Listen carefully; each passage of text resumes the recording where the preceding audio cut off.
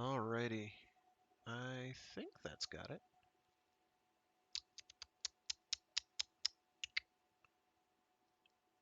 Yes. I think so. I do indeed. Um, oops, that's the wrong button. Hello. Alrighty. Uh, and I forgot to add to the stream description all the other boilerplate stuff that I usually do. Oh well, it's too late. Let's see.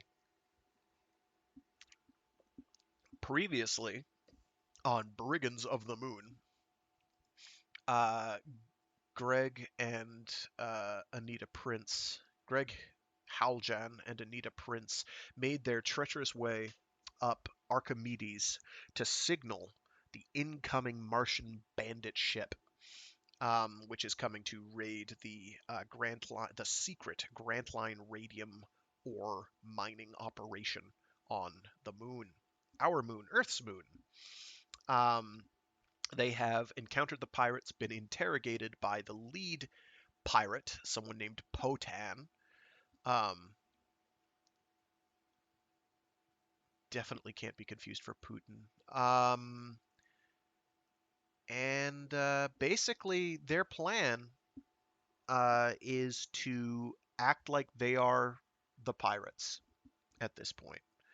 Not the pirates that came here, but the previous set of brigands, the brigands who were on the Planetara and usurped and mutinied and took over the ship. Um, and we're going to meet up with these brigands from Mars. Um, and so they're masquerading in order to keep the apparently now still living, still very much alive, uh, other brigands from meeting up with these guys and then fighting against the Grantline operation. So right now they are way out on a limb uh, in terms of brass just brass balls of bronze at this point, just waddling, needing just absolutely faking and fudging their way through this right now. Um, and with the hope and intention of diverting the brigands long enough to keep the Grantline camp from being discovered, and hopefully reinforcements from Earth showing up in the form of the interstellar police or whatever. So that is their plan. So I guess we get to find out how that goes. This is the second part of part three, or the second half of part three. It is, I think, going to be somewhat shorter, so this is going to be a shorter stream, I believe. It is going to be much shorter, uh, which works out reasonably well because I've got a bunch of stuff I have to deal with today. Mm. So this one is, again, probably going to be the shortest one I do for a while. Um, but we'll see how it goes.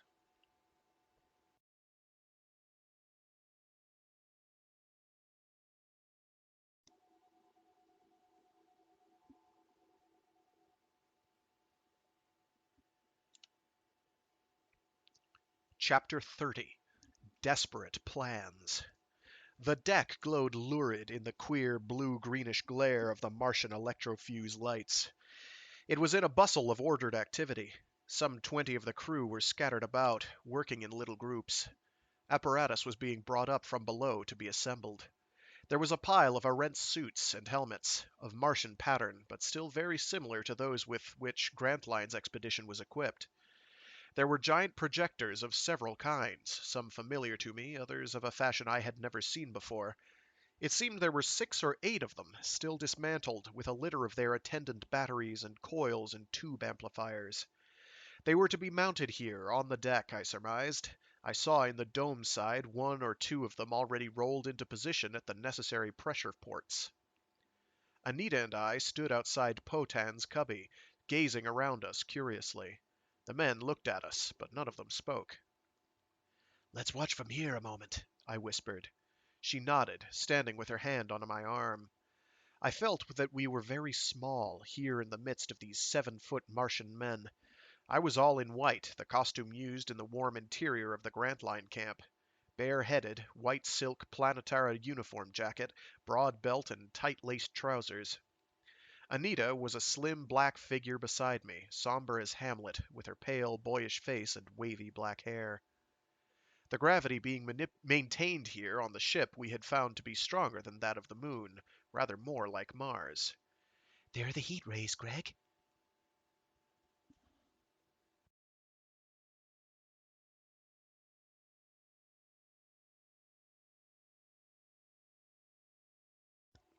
A pile of them was visible down the deck length, and I saw caskets of fragile glass globes, bombs of different styles, hand projectors of the paralyzing ray, search beams of several varieties, the Benson curve light, and a few sidearms of ancient Earth design, swords and dirks and small bullet projectors. There seemed to be some mining equipment also. Far along the deck, beyond the central cabin, in the open space of the stern, steel rails were stacked, half a dozen small-wheeled ore carts, a tiny motor engine for hauling them, and what looked as though it might be the dismembered sections of an ore chute.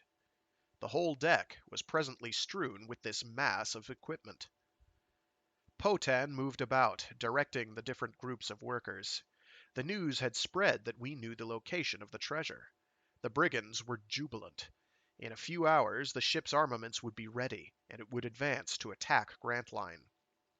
I saw many glances being cast out of the dome side windows toward the distant, far down plains of the Mare Imbrium. The brigands believed that the Grantline camp lay in that direction. Anita whispered, Which is their giant electronic projector, Greg? I could see it amidships of the deck. It was already in place. Potan was there now, superintending the men who were connecting it. The most powerful weapon on the ship, it had, Potan said, an effective range of some 10 miles. I wondered what it would do to a Grantline building. The Errant's double walls would withstand it for a time, I was sure.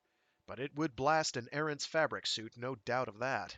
Like a lightning bolt, it would kill, its flashing free stream of electrons shocking the heart, bringing instant death. I whispered, We must smash that before we leave. But first, turn it on Miko if he signals now.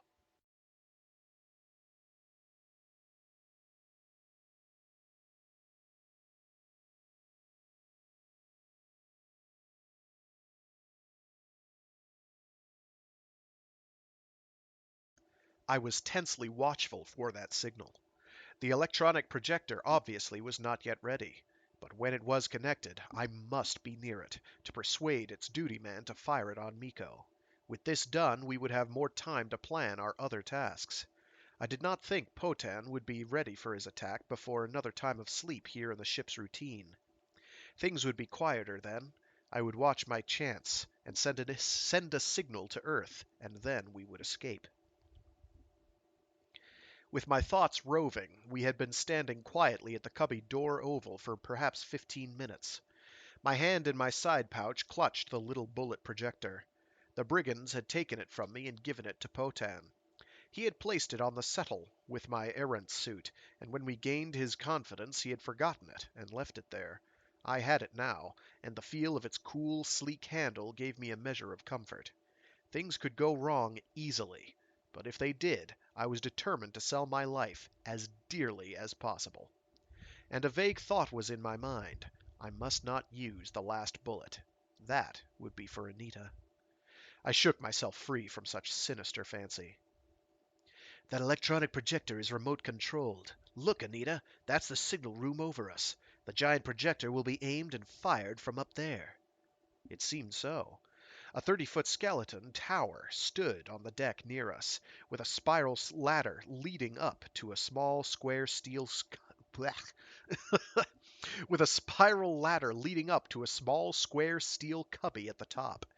Through the cubby window ovals I could see instrument panels. A single Martian was up there. He had called down to Potan concerning the electronic projector.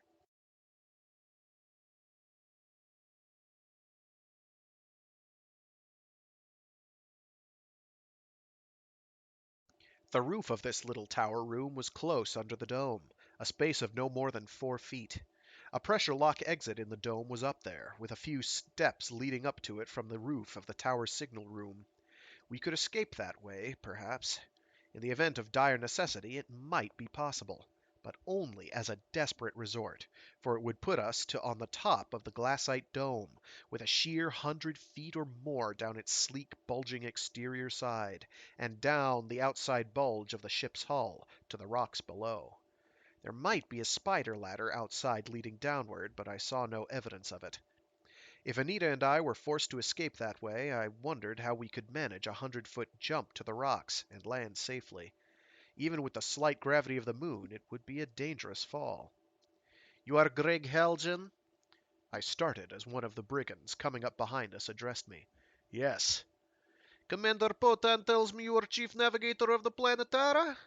"Yes." "You shall pilot us when we advance upon the Grantline camp. I am control commander here. Brotow, my name." He smiled. A giant fellow, but spindly. He spoke good English. He seemed anxious to be friendly. "We are glad to have you and the George Prince's sister with us." He shot Anita an admiring glance. "I will show you our controls, Aljan." "All right," I said. "Whatever I can do to help." "But not now. It will be some hours before we are ready." I nodded, and he wandered away. Anita whispered, Did he mean that signal room up here in the tower? Oh, Greg, maybe it's only the ship's control room. "I don't know, but the projector range finders are up there, and I think it's the signal room." Suppose we go up and see. Greg, Miko's signals might start any minute.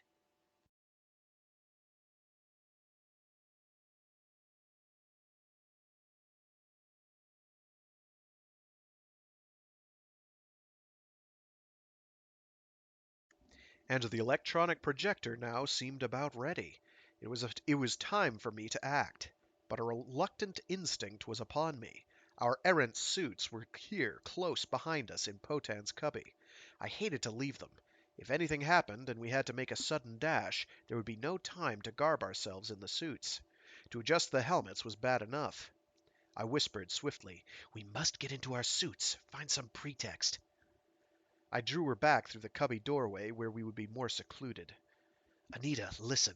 I've been a fool not to plan our escape more carefully. We're in too great a danger here. It seemed to me suddenly that we were in a desperate plight. Was it premonition? Anita, listen. If anything happens and we have to make a dash...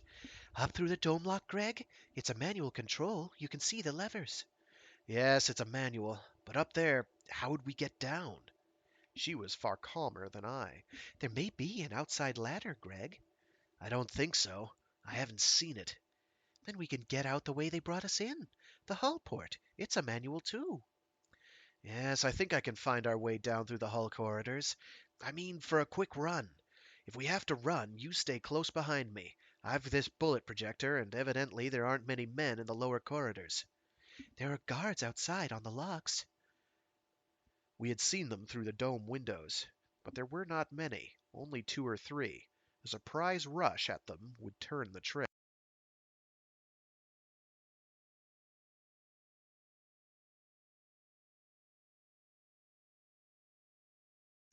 We donned our errant suits. What will we do with the helmets? Anita demanded. Leave them here? No, take them with us. I'm not going to get separated from them. It's too dangerous. We'll look strange going up to that signal room equipped like this, she commented. I can't help it. We'll figure out something to explain it.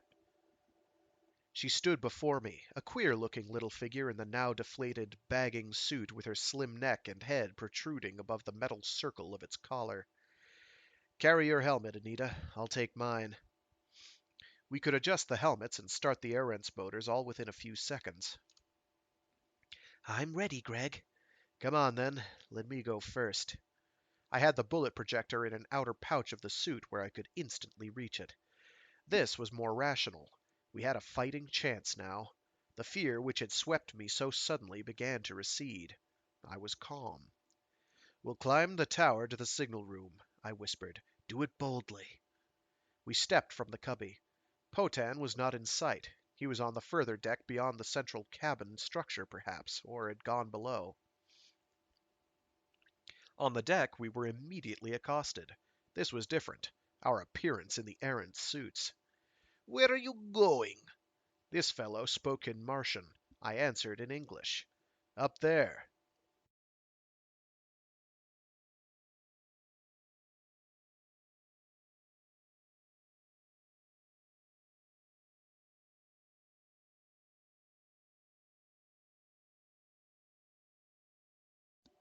He stood before us, towering over me.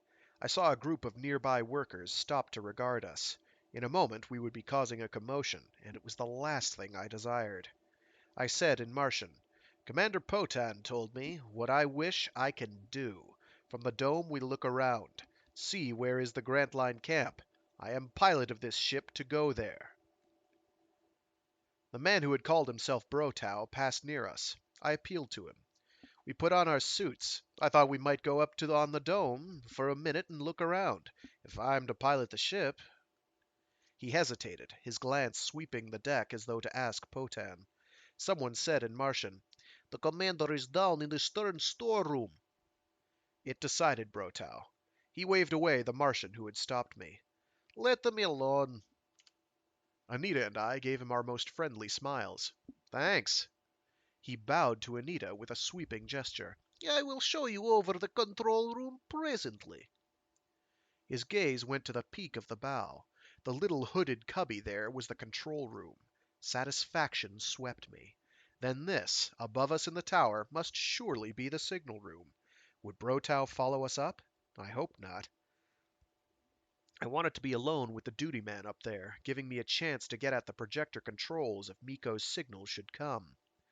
I drew Anita past Brotow, who had stood aside. "Thanks," I repeated. "We won't be long." We mounted the little ladder.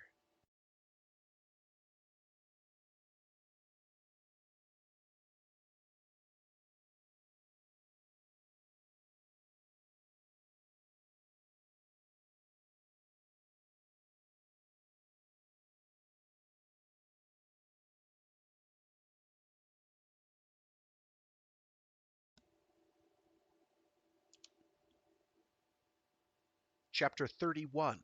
In the Tower Cubby. "Hurry, Anita." I feared that Potan might come up from the hull at any moment and stop us. The duty man over us gazed down, his huge head and shoulders blocking the small signal room window. Brotow called up in Martian, telling him to let us come. He scowled, but when we reached the trap in the room floor grid, we found him standing aside to admit us. I flung a swift glance around. It was a metallic cubby, not much over 15 feet square, with an 8-foot arched ceiling. There were instrument panels. The rangefinder for the giant projector was here. Its little telescope with the trajectory apparatus and the firing switch were unmistakable. And the signaling apparatus was here. Not a Martian set, but a fully powerful BotS ultraviolet heliosender with its attendant receiving mirrors. The Planetara had used the BotS system, so I was thoroughly familiar with it. I saw, too, what seemed to be weapons. A row of small, fragile glass globes hanging on clips along the wall. Bombs, each the size of a man's fist. And a broad belt with bombs in its padded compartments. My heart was pounding as my first quick glance took in these details. I saw also that the room had 4 oval, small window openings. They were breast high above the floor. From the deck below, I knew that the angle of vision was such that the men down there could not see into this room except to glimpse its upper portion near the ceiling, and the helio set was banked on a low table near the floor. In a corner of the room, a small ladder led through a ceiling. Oh my gosh, let's try that again. In a corner of the room, a small ladder led through a ceiling trap to the cubby roof. This upper trap was open. 4 feet above the room roof was the arch of the dome, with the entrance to the upper exit lock directly above us. The weapons and the belt of bombs were near this ascending ladder, evidently placed here as equipment for use from the top of the dome.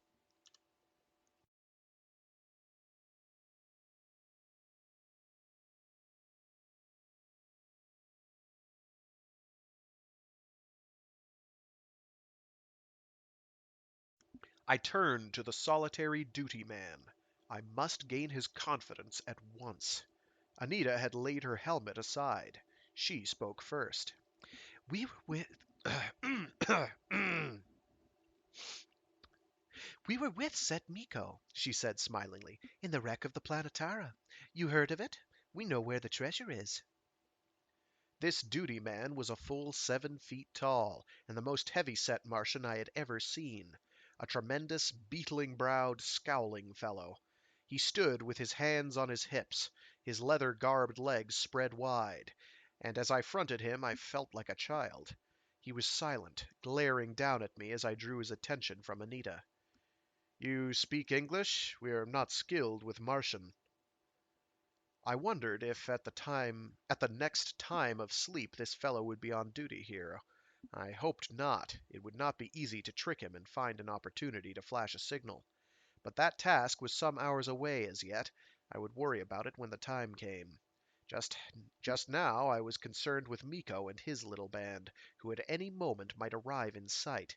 If we could persuade this scowling duty man to turn the projector on them. He answered me in ready English. You are the man Greg Haljan, and this is the sister of George Prince. What do you want up here? "I am a navigator. Brotow wants me to pilot the ship when we advance to attack Grantline." This is not the control room. "No, I know it isn't." I put my helmet carefully on the floor grid beside Anita's. I straightened to find the brigand gazing at her. He did not speak. He was still scowling.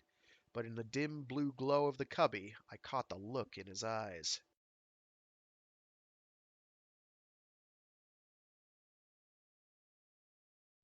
I said hastily, "Grantline knows your ship has landed here on Archimedes. His camp is off there on the Mare Imbrium. He sent up a signal. You saw it, didn't you? Just before Miss Prince and I came aboard? He was trying to pretend that he was your Earth party, Miko and Coniston." Why? The fellow turned his scowl on me, but Anita brought his gaze back to her. She put in quickly, Grantline, as brother always said, has no great cunning. I believe he's planning now to creep up on us, catch us unaware by pretending that he is Miko. "If he does that," I said, "we will turn this electronic projector on him and annihilate him. You have its firing mechanism here." Who told you so? He shot at me. I gestured. "I see it here. It's obvious. I'm skilled at trajectory firing. If Grantline appears down there now, I'll help you." Is it connected? Anita demanded boldly. Yes, he said. You have on your errant suits. Are you going to the Doom Roof? Then go. But that was what we did not want to do. Anita's glance seemed to tell me to let her handle this. I turned toward one of the cubby windows, and she said sweetly, Are you in charge of this room? Show me how that projector is operated. It will be invincible against the Grantline camp. Yes.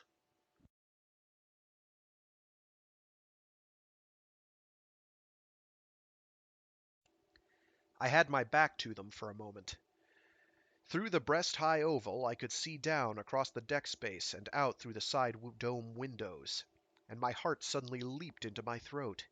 It seemed that down there in the earth-lit shadows, where the spreading base of the giant crater joined the plains, a light was bobbing. I gazed, stricken. Miko's lights? Was he advancing, preparing to signal? I tried to gauge the distance. It was not over 2 miles from here. Or was that not a light at all? With the naked eye, I could not be sure. Perhaps there was a telescopic finder here in the cubby. I was subconsciously aware of the voices of Anita and the duty man behind me. Then abruptly I heard Anita's low cry. I whirled around. The giant Martian had gathered her into his huge arms, his heavy jowled gray face with a leering grin close to hers. He saw me coming. He held her with one arm. His other flung at me, caught me, knocked me backward. He rasped, Get out of here. Go up to the dome. Leave us. Anita was silently struggling with her little hands at his thick throat. His blow flung me against a settle, but I held my feet. I was partly behind him. I leaped again. and as he tried to disengage himself from Anita to front me, her clutching fingers impeded him. My bullet projector was in my hand, but in that second as I leaped, I had the sense to realize I should not fire it with its noise, and with its noise alarm the ship. I grasped its barrel, reached upward, and struck with its heavy metal butt. The blow caught the Martian on the skull, and simultaneously my body struck him.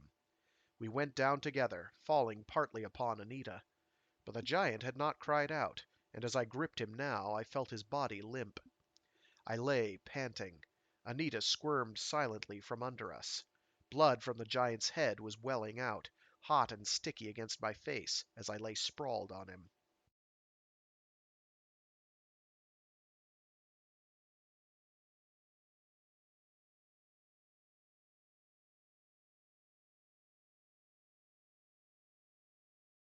I cast him off. He was dead, his fragile Martian skull split open by my blow. There had been no alarm. The slight noise we made had not been heard down on the busy deck. Anita and I crouched by the floor. From the deck, all this part of the room could not be seen. Dead. Oh, Greg! It forced our hand. I could not wait now for Miko to come, but I could flash the Earth signal now, and then we would have to make. Oh my gosh. Okay, let's try this from the top. But I could flash the Earth signal now, and then we would have to make our run to escape. Abruptly, I remembered that light down on the crater base. I kept Anita out of sight on the floor and went cautiously to a window. The deck was in turmoil with brigands moving about excitedly. Not because of what had happened in our tower signal room. They were unaware of that. Miko's signals were showing. I could see them now plainly down at the crater base. A group of handlights and a small waving helio beam. And they were being answered from the ship. Potan was on the deck, a babel of voices, above which his rose with the roars of command. At one of the dome windows, a brigand with a hand search beam was sending its answering light. And I saw that Potan was working over a deck telescope finder. It had all come so suddenly that I was stunned. But I did not wait to read the signals. I swung back at Anita. "It's Miko, and they are answering him. Get your helmet. I'll try firing the projector." Or would I instead try to send a brief flash signal to Earth? There would be no time to do both. We must escape out of here. The route up through the dome was the only feasible one now. This range mechanism of the projector was reasonably familiar, and I felt that I could operate it. The rangefinder and switch were on a ledge at one of the windows. I rushed to it. As I swung the little telescope, training it down on Miko's lights, I could see the huge projector on the deck swinging similarly. Its movement surprised the men who were attending it. One of them called up to me, but I ignored him.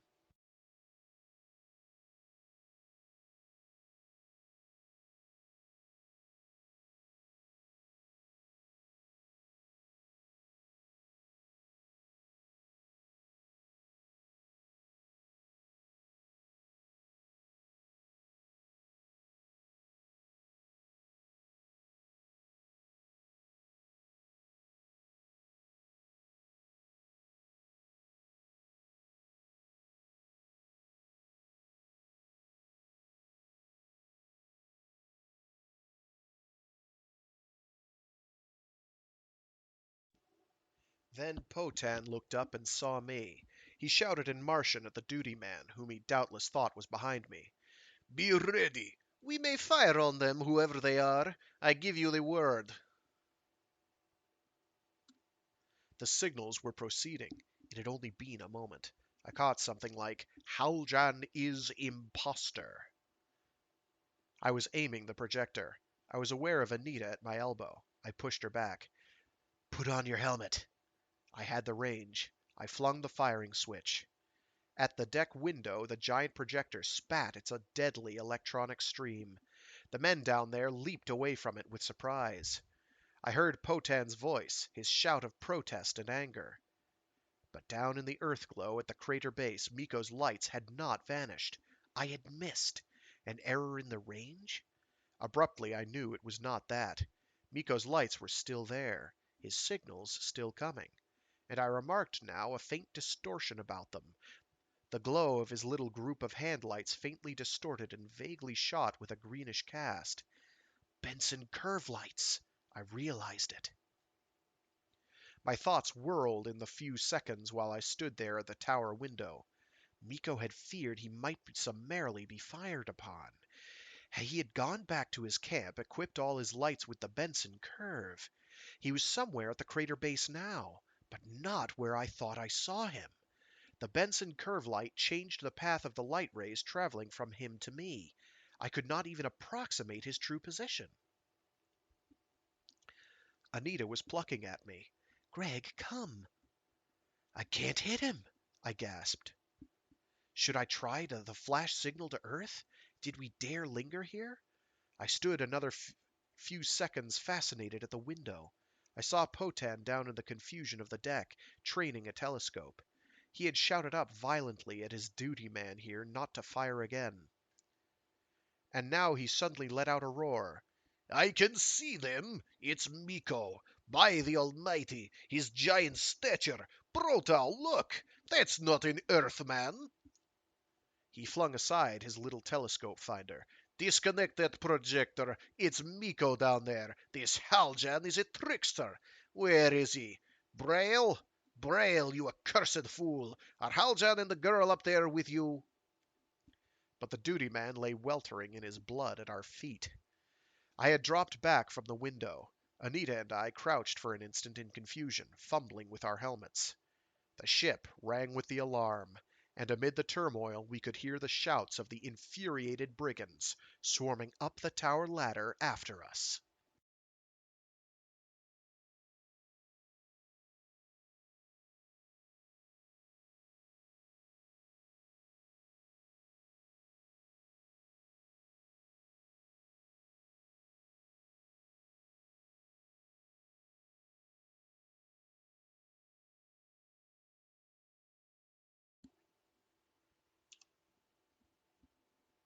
Chapter 32. A Speck Amid the Stars. I was only inactive a moment. I had thought Anita would have on her helmet, but she was reluctant or confused. "Greg, we've got to get out of here. Up through the overhead locks to the dome." "Yes." She fumbled with her helmet. Under the floor grid, the climbing men on the ladder were audible. They were already nearing the top. The trap door was closed. Anita and I were crouching on it. There was a thick metal bar set in a depressed groove of the grid. I slid it in place. It would seal the trap for a time, at any rate. A degree of confidence came to me. We had a few moments before there could be any hand-to-hand Oh my gosh. We had a few moments before there could be any hand-to-hand conflict. That giant electronic projector would eventually be used against Grantline. It was the Brigands' most powerful weapon. Its controls were here. By heaven, I would smash them. That at least I could do. I jumped for the window. Miko's signals had stopped, but I caught a glimpse of his distant moving curve lights. A flash came up at me. As in the window, I became visible to the brigands on the ship's deck. It was a small hand projector, hastily fired, for it went wide of the window. It was followed by a rain of small beams, but I was warned, and I dropped my head beneath the high sill. The rays flashed diagonally upward through the oval opening, hissed against our vaulted roof. The air snapped and tingled with a shower of blue-red sparks, and the acrid odor of the released gases settled down upon me.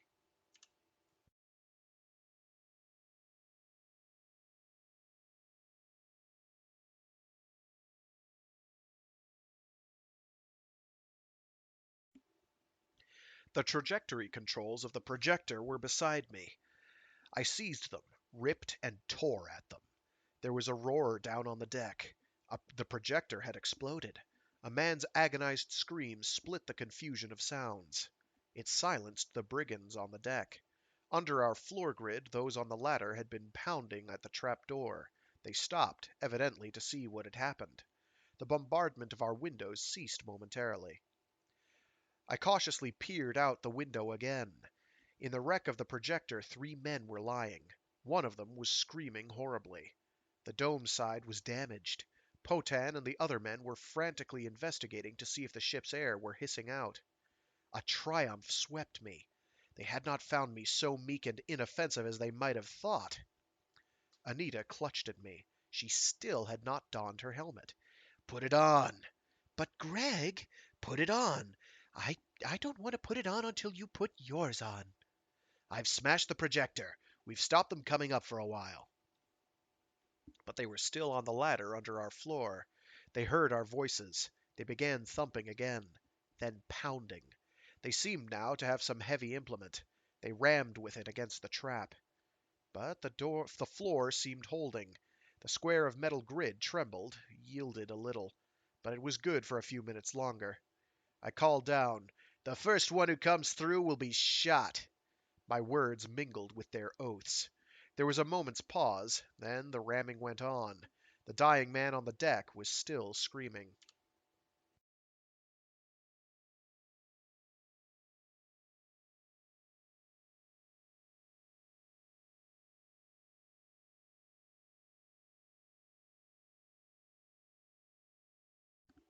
I whispered, "I'll try an Earth signal." She nodded, pale, tense, but calm. Yes, Greg, and I was thinking. "It won't take a minute. Have your helmet ready." I was thinking. She hurried across the room. I swung on the bot's signaling apparatus. It was it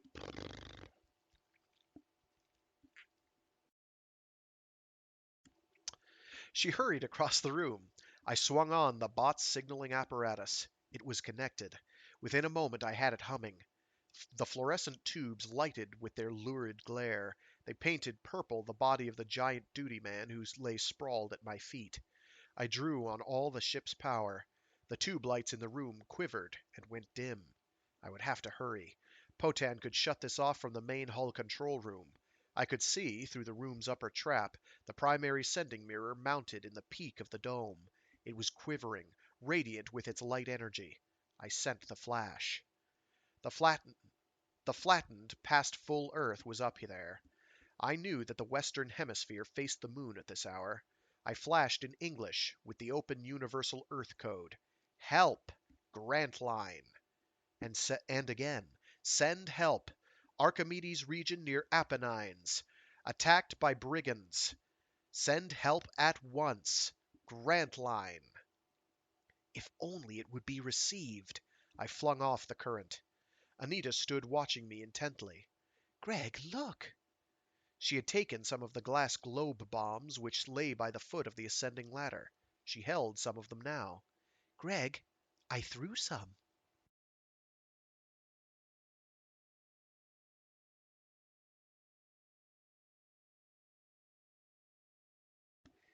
At the window we gazed down. The globes she flung had shattered on the deck. They were occulting darkness bombs. And there's a footnote here. "Filled with an odorless, harmless gas, these bombs were used in warfare, taking the place of the old-fashioned smoke screens. The diffusing gas was of such a nature that, when released, it absorbed within itself all the color inherent to the light rays striking it, thus creating a temporary darkness." Through the blackness of the deck, the shouts of the brigands came up. They were stumbling about. But the ramming of our trap went on, and I saw it was beginning to yield. One corner of it was bent up. "We've got to go, Anita." Yes. From out of the darkness which hung like a shroud over the deck, an occasional flash came up, unaimed, wide of our windows. But the darkness was dissipating. I could see now the dim glow of the deck lights, blurred as through a heavy heavy fog. Ugh. Blurred as through a heavy fog. I dropped another of the bombs. "Put on your helmet." Yes, yes, I will. You put on yours. We had them adjusted in a moment. Our Erentz motors were pumping. I gripped her. "Put out your helmet light." She extinguished it. I handed her my bullet projector.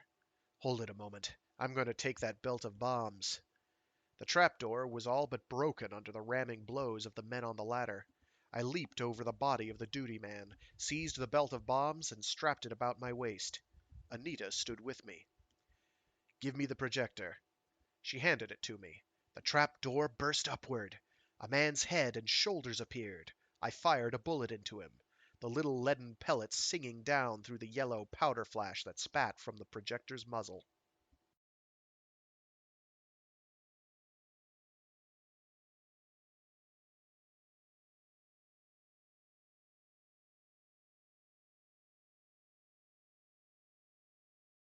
The brigand screamed and dropped back out of sight. There was confusion at the ladder top. I flung a bomb at the broken trap. A tiny heat ray came wavering up through the opening, but went wide of us. The instrument room was in darkness. I clung to Anita. "Hold on to me. You go first. Here's the ladder." We found it in the blackness, mounted it, and went through the cubby's roof trap. I took a hasty look and dropped another bomb beside us. The 4-foot space up here between the cubby roof and the overhead dome went black. We were momentarily concealed. Anita located the manual levers of the lock entrance. "Here, Greg." I shoved at them. Fear leaped in me that they would not operate. But they swung. The tiny port opened wide to receive us. We clambered into the small air chamber. The door slid closed, just as a flash from below struck at it. The brigands had seen our little cloud of darkness and were firing up through it. We were through the locks in a moment, out on the open dome top. A sleek, rounded spread of glassite, with broad aluminite girders. There were cross ribs which gave us footing, and occasional projections. Streamlined fin tips, the casings of the upper rudder shafts, and the upstanding stubby funnels into which the helicopters were folded. We moved along the central footpath and crouched by a 6-foot casing. The stars and the glowing earth were over us. The curving dome top, 100 feet or so in length and bulging 30 feet wide beneath us, glistened in the earthlight. It was a sheer drop down these curving sides past the ship's hull, 100 feet to the rocks on which the vessel rested. The towering wall of Archimedes was beside us, and beyond the brink of the ledge, the thousands of feet down to the plains.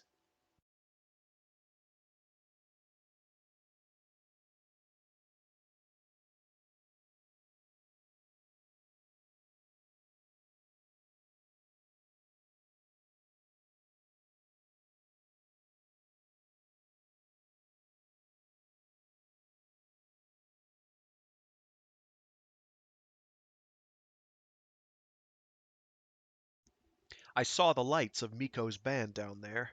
He had stopped signaling.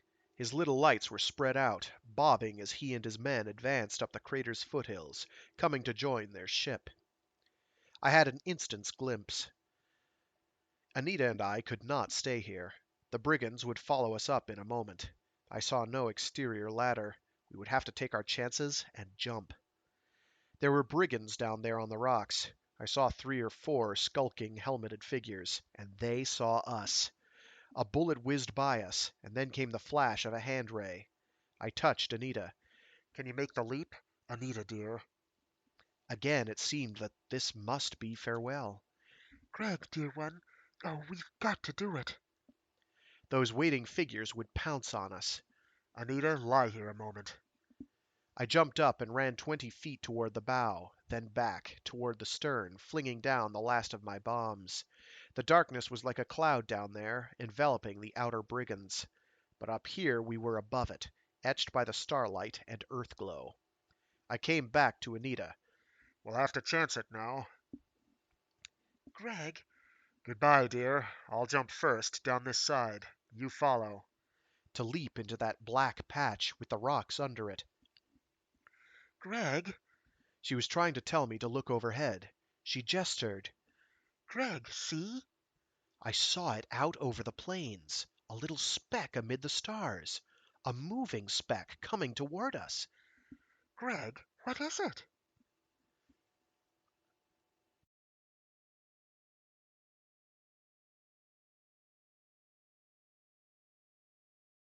I gazed, held my breath. A moving speck out there. A blob now. And then I realized it was not a large object far away, but small and already very close, only a few 100 feet off, dropping toward the top of our dome. A narrow, flat 10-foot object like a wingless volplane, There were no lights on it, but in the Earthlight I could see two crouching, helmeted figures riding it. Anita, don't you remember? I was swept with dawning comprehension.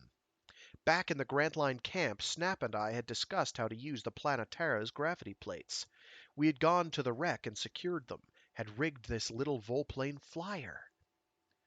The brigands on the rocks saw it now. A flash went up at it. One of the figures crouching on it opened a flexible fabric like a wing over its side. I saw another flash from below, harmlessly striking the insulated shield. I gasped to Anita. Light your helmet. It's from Grantline. Let them see us. I stood erect. The little flying platform went over us, 50 feet up, circling, dropping to the dome top. I waved my helmet light. The exit lock from below, up which we had come, was near us. The advancing brigands were already in it. I had forgotten to demolish the manuals, and I saw that the darkness down on the rocks was almost gone now, dissipating in the airless night. The brigands down there began firing up at us. It was a confusion of flashing lights. I clutched at Anita. Come this way. Run! The platform barely missed our heads. It sailed lengthwise of the dome top and crashed silently on the central runway near the stern tip. Anita and I ran to it. The two helmeted figures seized us, shoved us prone on the metal platform. It was barely 4 feet wide, a low railing, handles with which to cling, and a tiny hooded cubby in front with banks of controls. Greg! Snap! It was Snap and Venza. She seized Anita, held her crouching in place. Snap flung himself face down at the controls. The brigands in the lock were out on the dome now. I took a last shot as we lifted. My bullet punctured one of them. He fell, slid scrambling off the rounded dome, and dropped out of sight.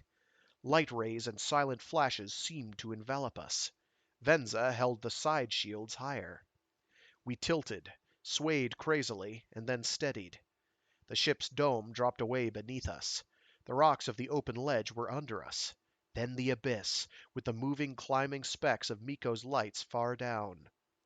I saw, over the side shield, the already distant brigand ship resting on the ledge with the massive Archimedes wall behind it. A confusion back there of futile, flashing rays. It all faded into a remote glow as we sailed smoothly up into the starlight and away, heading for the Grantline camp.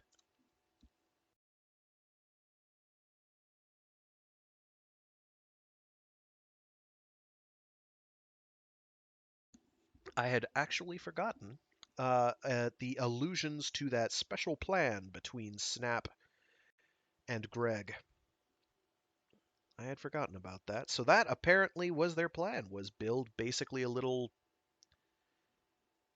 well, it's not a gyrocopter, like ornithopter type hang glider made using anti-gravity plates. That's cool. I think that's neat. Neat.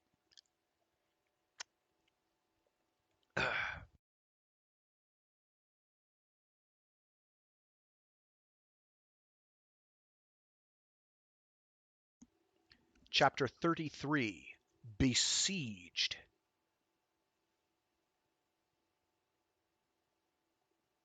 Wake up, Greg. They're coming. I forced myself to consciousness. Coming? Yes, wake up. I leaped from my bunk, followed Snap with a rush into the corridor. We had returned safely to the Grantline camp. Anita and I found ourselves exhausted from lack of sleep, our arduous climb of Archimedes, and that tense time on the brigand ship. On the flight back, Snap had explained how the landing of the ship on Archimedes was observed through the Grantline telescope, using but little of its power for this local range. They had read with amazement my signals to the brigands. Snap had rushed to completion the first of our contemplated flying platforms. Then he had seen Miko's signals from the crater base, seen the lights of the fight to capture Anita and me in the cubby, and had come to rescue us. Back at the camp, we were given food, and Grantline forced me to try and sleep. They'll be on us in a few hours, Greg. Miko will have joined them by now. He'll lead them to us. You must rest, for we need everyone at his best. And surprisingly, in the midst of the camp's turmoil of the last minute activities, I slept soundly until Snap called me that ship that the sh- I slept soundly until Snap called me that the ship was coming. The corridor echoed with the tramp of Grantline's busy crew. But there was no confusion now. A grim calmness had settled upon everyone. Anita and Venza rushed up to join us. "It's in sight!"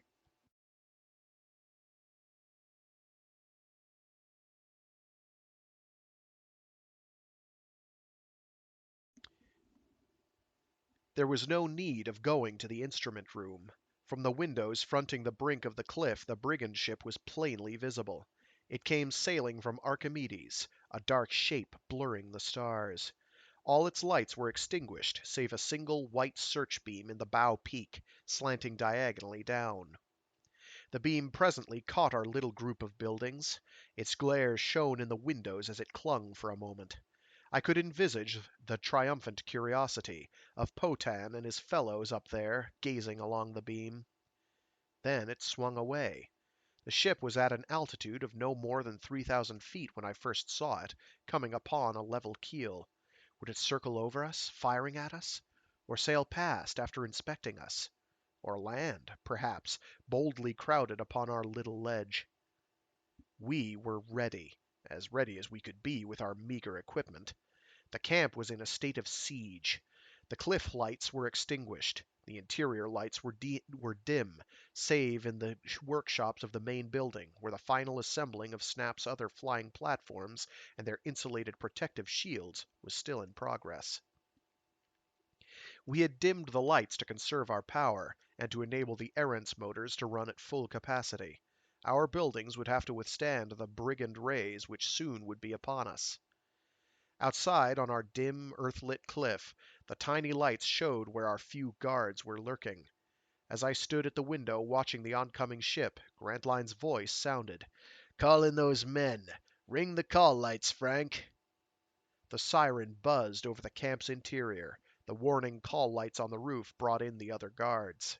They came running to the admission ports, which had been repaired after Miko disabled them.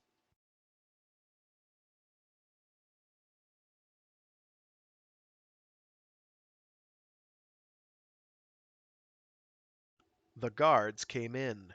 We dimmed our lights further. The treasure sheds were black against the cliff behind us.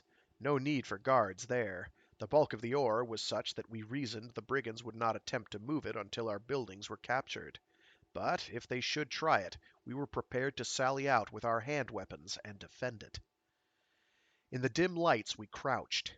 A silence was upon us, save for the clanging in the workshop down the corridor.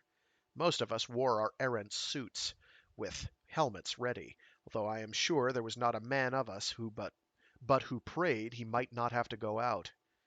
At many of the windows, our weakest points to withstand the rays, insulated fabric shields were hung like curtains. The brigand ship slowly advanced. It was soon over the opposite rim of our little crater. Its search beam swung about the rim and down into the valley. My thoughts ran like a turgid stream as I stood tensely watching. 4 hours ago I had sent that flash signal to Earth. If it were received, a patrol ship could come to our rescue and arrive here in another 8 hours, or perhaps even less. Ah, that if! If the signal were received!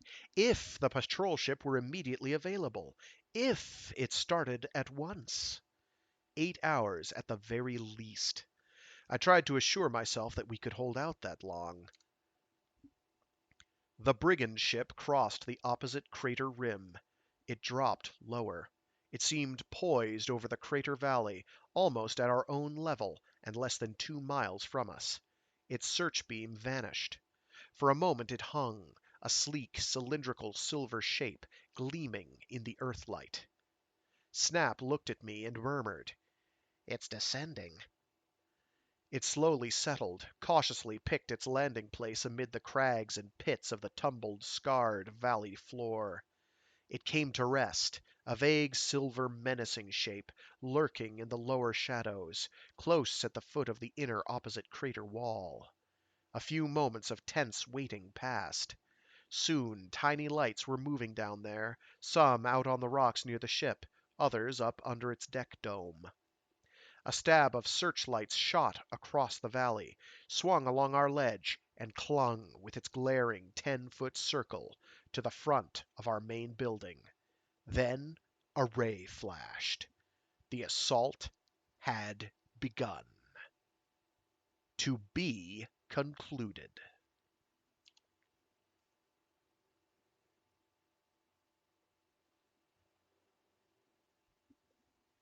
All right, folks, that is going to do it for today. We will start the fourth and final installment of Brigands of the Moon next Saturday. I do not actually know how long it is. So that may be more than 2 installments.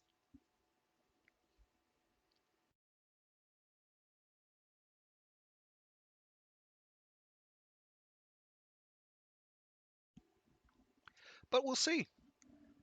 I do this every week. Storytime Saturdays. I just realized I didn't do any intro whatsoever. So I'm Fragath. I'm narrating these. And I'm most of the time I'm doing like short stories. Lately I've been on a uh, old pulp kick. So these are coming from Astounding Stories of Super Science of May 1930. Well, March through June of 1930. Part 1 was in March of 1930, Part 2 April, Part 3 May, and Part 4 will be from June. Um, and I also do other streams throughout the week.